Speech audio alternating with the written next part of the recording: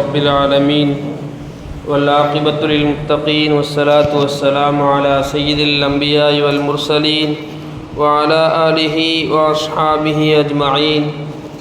قال الله سبحانه وتعالى: قال ما منعك ألا تسجد إذ أمرتك قال أنا خير منه خلقتني من نار وخلقته من طين. اللهم صل على سيدنا محمد كلما ذكره الذاكرون وصل على محمد كلما غفل عن ذكره الغافلون. கணியத்துக்குரிய மீரான பெரியவர்களே, நண்பர்களே, ஒவ்வொரு நாளும் மனிதனுக்கு ஞாபகப்படுத்தப்பட வேண்டும். மனிதன் மறதியாளன், நல்லோர்களுக்கு உபதேசங்கள் பயன் கொடுக்கும் என்ற அல்லாஹுடைய வார்த்தைகளை எல்லாம் கவனத்தில் கொண்டு தினம்தோறும் நமக்கு ஞாபகப்படுத்தப்படுகிறது. அல்லாஹ் சுப்ஹானஹு வ தஆலாவுடைய கிருபையின் காரணமாகத்தான் நோன்பு வைத்திருக்கிறோம். அல்லாஹ் தஆலாவுடைய அருளின் காரணமாகத்தான் தராவீஹ் தொழுதிருக்கிறோம். அல்லாஹுடைய கொடுப்பினையின் காரணமாகத்தான் இன்ன பிற அமல்களை செய்திருக்கிறோம். அல்லாஹ் சுப்ஹானஹு வ தஆலா இதற்கெல்லாம் நன்றி செலுத்தக்கூடிய நசீபுகளை கொடுப்பானாக. தொடர்ந்து மீதமுள்ள நாட்களிலும் இன்னும் பிற அமல்களை செய்யக்கூடிய நல்ல நசீபுகளை நமக்கும் நம்முடைய சந்ததிகளுக்கும் கொடுப்பானாக. இன்று ஓதப்பட்ட வசனங்களிலே அல்லாஹ் தஆலா ஷைத்தானை பார்த்து கேட்கிறான், மா மனஅக அல்லா தஸ்ஜுத இத் அமர்துக். நான் உன்னை ஆதமுக்கு சஜதா செய் என்று சொன்ன பிறகு உன்னை தடுத்தது எது? ஷைத்தான் சொல்கிறான், ஹலக்தனி மின் நாரியும் வ ஹலக்தஹு மின் தீன். என்னை நீ நெருப்பால் படைத்திருக்கிறாய், ஆதமை நீ மண்ணால் படைத்திருக்கிறாய். அது எப்படி சரியா வரும்? ஒரு தாழ்ந்த ஒரு வஸ்து ஒரு உயர்ந்த வஸ்துவை பார்த்து அடிபடுகிறது என்றால் அதில் ஒரு அர்த்தம் இருக்கிறது, ஒரு லாஜிக் இருக்குது. ஒரு உயர்ந்த வஸ்து ஒரு தாழ்ந்த வஸ்துவை பார்த்து அடிபணிய வேண்டும் என்று சொல்வது அது எனக்கு ஏற்புடையதாக இல்லை. ஷைத்தான் தன் அறிவை கொண்டு யோசிக்கிறான். நம்மகிட்ட ஒரு பழக்கம் இருக்குல்ல, சின்ன பிள்ளைகள் தான் பெரிய ஆளுகளுக்கு சலாம் சொல்லணும். நம்ம அறியாமல் நமக்கே ஒரு பழக்கம் இருக்குது. தெருல போய்கிட்டே இருக்கிறோம், சின்ன பிள்ளைங்க நிற்கிறாங்க, முஸ்லீம் பிள்ளைங்கன்னு தெரியுது, என் பாட்டுக்கு போகிறது. ஏன்? அவங்க சலாம் சொல்லட்டுன்னு சொல்லி. நபி ஸல்லல்லாஹு அலைஹி வஸல்லம் சிறுவர்களுக்கு தானே முன் வந்து முதலில் சலாம் சொல்லியிருக்கிறார்கள். அப்போ நாம் புரிய வர வேண்டிய விஷயம் என்னன்னா, என்ன செய்யணும்? சின்ன பிள்ளைகளுக்கு நாம் சொல்லணும், சொல்லிக் கொடுக்கணும். நான் உனக்கு சலாம் சொல்கிறேன், இப்படி சொல்ல வேணாம். நான் உனக்கு சலாம் சொல்கிறேன்ல, நீ எல்லாத்துக்கும் அப்படின்னா நீ சொல்ல வேணாம். போகும்போது இந்த பிள்ளை முஸ்லீம் பிள்ளை தான், முஸ்லீம் தாய் தான் பிறந்த பிள்ளை தான் தெரிஞ்சால் அஸ்ஸலாமு அலைக்கும் சொல்லிட்டு போனாலே போதும். அந்த பிள்ளைக்கு என்ன செய்யும்? ஆஹா, பெரியவங்களை பார்த்தா சலாம் சொல்லணுங்கிற புரிதல் உண்டாயிரும். அல்லாஹ் தஆலாவுடைய மனித மூளைகளே அது பெரிய ஆளாக இருந்தாலும் சரி சின்ன ஆளாக இருந்தாலும் சரி ஒரே மாதிரி தான் வச்சிருக்கிறான். சீக்கிரமாக செயல்களிலிருந்து கற்றுக்கொள்ளக்கூடிய ஆற்றல்கள் குழந்தைகளுக்கு உண்டு. ஆகவே நாம் என்ன செய்யக்கூடாது? இந்த கேட்டகரிக்குள்ளே வந்துடக்கூடாது. இந்த கேட்டகரிக்குள்ள, ஷைத்தானுடைய கேட்டகரிக்குள்ள நான் எப்படி என்னுடைய சின்னதுக்கு போய் என்னை விட சின்ன அந்தஸ்தில் இருக்கக்கூடிய ஒன்றுக்கு போய் எப்படி நான் அடிபணிகிறது சஜிதா செய்கிறதுங்கிற இடத்துக்கு நாம் வந்துடக்கூடாது. அல்லாஹ் நம்ம எல்லாம் பாதுகாப்பானாக. இந்த சிந்தனைகள் நமக்கு இல்லை. இருந்தாலும் உலகத்துடைய யதார்த்தத்தை சொல்கிறேன். ஒவ்வொருத்தரும் கடந்து போகும்போது அப்படியே நினைக்கிறோம், சின்ன பையன் நிற்கிறான், அவனே சலாம் சொல்லட்டும், பெரிய இவன் அவன், அப்படி நினைக்கிறது இல்லை. உலகத்துடைய யதார்த்தம் அப்படி அமைந்து விட்டது. நாம் என்ன செய்யணும்? கொஞ்சம் யதார்த்தங்களை மாற்றி அமைக்க வேண்டும். மாற்றங்கள் எங்கிருந்து வர வேண்டும்? என்கிட்ட முதல்ல வரணும். அல்லாஹ் தஆலா நசீபு தரட்டும். இன்று சொல்லப்பட்ட விஷயங்கள் என்னன்னா, அந்த மண்ணுக்கென்று சில குணங்களை அல்லாஹ் வைத்திருக்கிறான். மண்ணுக்கென்று சில குணங்களை அல்லாஹ் வைத்திருக்கிறான். என்னன்னு சொன்னா, முதல்ல அது மறைக்கும். தன்னிட்ட எதை நீங்கள் கொண்டு போய் போட்டாலும் என்ன செஞ்சிடும்? அது கொஞ்ச நேரத்தில், கொஞ்ச நாட்களில், கொஞ்ச நேரத்தில் அது மறைத்து விடும். எதை என்ன செய்யாது? சீக்கிரமாக வெளிப்படுத்தி விடாது.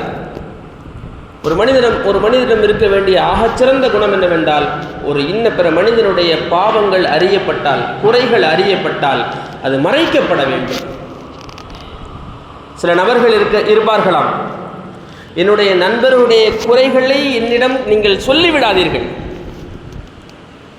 என்னுடைய நண்பருடைய குறையை என்னிடம் சொல்லிவிடாதீர்கள், அவன்கிட்ட நான் நல்லா பழகிக்கிட்டு இருக்கிறேன், அவன் மேலே ஒரு குறை இருக்குதா, அதை சரி செய்யக்கூடிய நோக்கத்தோடு நீங்கள் அவனே கூப்பிட்டு சொல்லுங்க, அந்த மனிதனை கூப்பிட்டு சொல்லுங்க. மனிதனுடைய குணம் மண்ணுடைய குணத்தை போன்று ஒத்திருக்க வேண்டும் என்பதற்காக வேண்டி கூட அல்லாஹ் மண்ணிலிருந்து மனிதனை படைத்திருக்கலாம் என்பதாக அறிஞர்கள் சொல்லி காட்டுகிறார்கள்.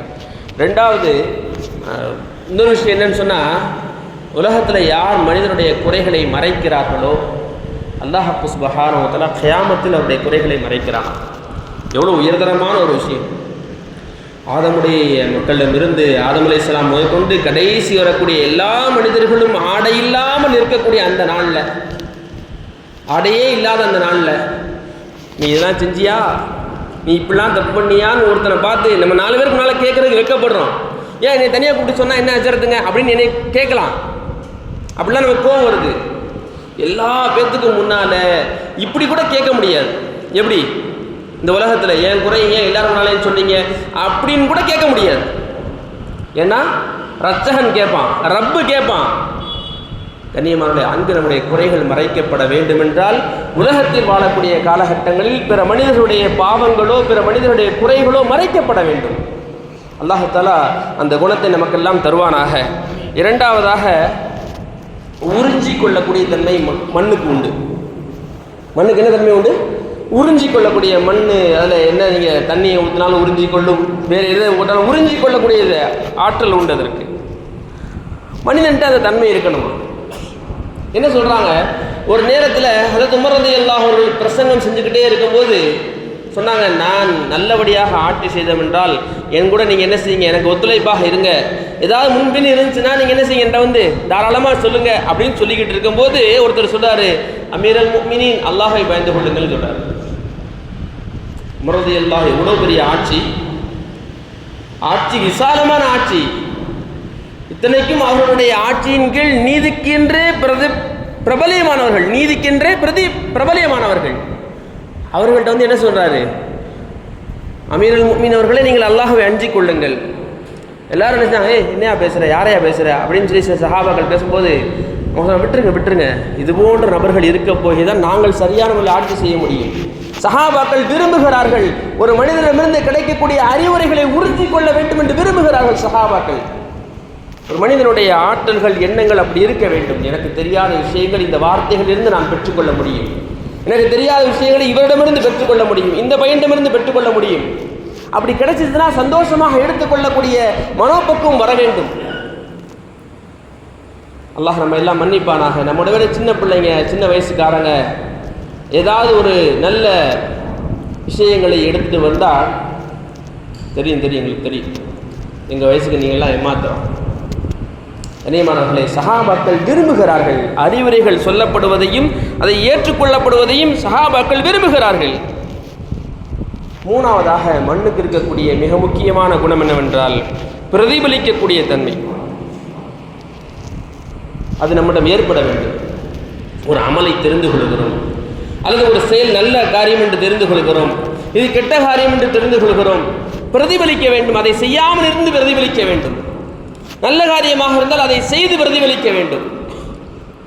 சலாம் சொல்வது எவ்வளோ ஆகச்சிறந்த விஷயம். உங்களுக்கு மத்தியிலே பொறாமை இல்லாத சூழ்நிலை ஏற்படுத்தணும், புரிந்து கொள்கிறோம், செயல்படுத்தி பிரதிபலிக்க வேண்டும். இல்லை என்றால் அந்த இல்முக்கு என்ன ஒரு மதிப்பு இருக்கிறது? ஏதோ தகவலாக சேமிக்கப்பட்டிருக்கிறது, அவ்வளோதான். தகவலாக என் மண்டையில் சேமிக்கப்பட்டிருக்குது, அவ்வளோதான், தவிர வேறு எந்த ஒரு விஷயமே கிடையாது. பிரதிபலிக்கக்கூடிய தன்மை மண்ணுக்கு இருப்பதை போன்று மனிதனுக்கும் இருக்க வேண்டும். நான்காவது தன்மை, மண்ணுக்கு பணிவுடைய தன்மைகள் உண்டு. ஒரு மனிதனுக்கு அந்த தன்மை வர வேண்டும், பணிவுங்கிற தன்மை வர வேண்டும். அல்லாஹு தாலாவுக்காக வேண்டி நான் என்னை பணித்துக் கொள்கிறேன், அல்லாஹுக்காக வேண்டி நான் பணிவோடு இருக்கிறேன், அல்லாஹு தாலாவுக்காக என்னுடைய உடைகளிலும் ஆடைகளிலும் என்னுடைய சிந்தனைகளிலும் நடையிலையும் உடையிலையும் பாவனைகளிலையும் பேச்சுகளிலையும் நான் பணிவோடு இருக்கிறேன். அதுக்காக வேண்டி என்ன செய்யக்கூடாது, யார் என்ன சொன்னாலும் இந்த குட்டை என்ன சொல்லுவாங்க, குனிய குட்டி அந்த மாதிரிலாம் இல்லை. அல்லாஹ்க்காக நான் பணிவோடு இருக்கிறேன். எனக்கு நிறைய அந்தஸ்து இருக்குது, ஆட்சிகள் இருக்குது, செல்வ பணம் இருக்குது, நல்ல ட்ரெஸ் போட்டுட்டு பணிவோடு இருக்க முடியும். கிழிஞ்ச ட்ரெஸ் போட்டுக்கிட்டு தான் பணிவை வெளிப்படுத்தணுங்கிற அவசியம் இல்லை. நல்ல உயர்தரமான 40,000 ரூபா 50,000 ரூபாய்க்கு ட்ரெஸ் போட்டு கூட என்ன செய்ய முடியும்? இறைவா இது நீ கொடுத்த அருள்கொடை என்று மனதால் விளங்கி மெதுவாக நடந்து போக முடியும்.